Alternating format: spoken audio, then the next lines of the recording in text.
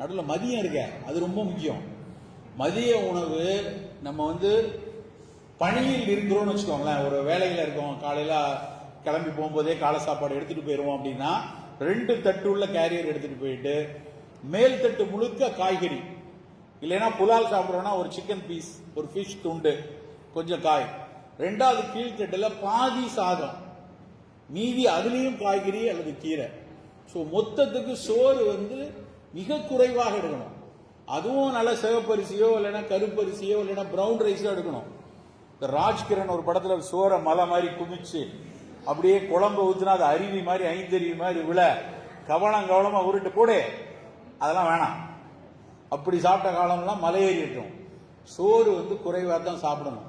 பெண்கள் நிறைய இருக்கீங்க, நான் நிறைய மீட்டிங்ல சொல்றது, சோறு எடுக்கிறதுக்குன்னு ஒரு அன்னக்கரண்டி வச்சிருப்பீங்க இல்லையா, அதை போய் கிருஷ்ணகிரியில எது கிழக்கு பக்கம்னு பார்த்து கிழக்கு பக்கமா நின்று தலையை சுற்றி எரிஞ்சிருங்க.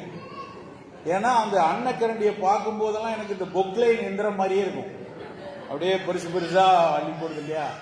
இந்த ஊர்ல சக்கரை வியாதி கூடுனதுக்கு அது ஒரு காரணம். அந்த கரண்டியோட சைஸ். என் வீட்டுக்கு ஒரு ஃபாரினர் வந்திருந்தார். அவர் பார்த்துட்டு இந்த கரண்டியை பார்த்து ஒரு பதறிட்டாரு, என்ன சார் கரண்டி பயங்கரமா இருக்கே அப்படின்னு. அவங்க எல்லாம் அந்த புலால் அறுப்பதற்கு பெரிய கத்தி வச்சிருப்பாங்க இல்லையா, அது மாதிரி இருக்கு அந்த கரண்டி. சார் கத்தியா இருந்தா பரவாயில்ல, புலால் இருக்கிறதுக்கு இருக்கலாம், பட் அது கரண்டி இவ்வளவு பெருசு நான் உலகத்திலே எங்கேயும் பார்த்தது இல்லைன்னா. சார் எங்க ஆதித்ய கரிகாலன் நாங்க அதைத்தான் பயன்படுத்திட்டு வரோம் அப்படின்னா. அதனால தயவு செய்து இனிமேல் சோறு எடுக்கணும்னா ஸ்பூன் வைங்க, காய்கறிக்கு பெரிய கரண்டி வச்சுக்கோங்க.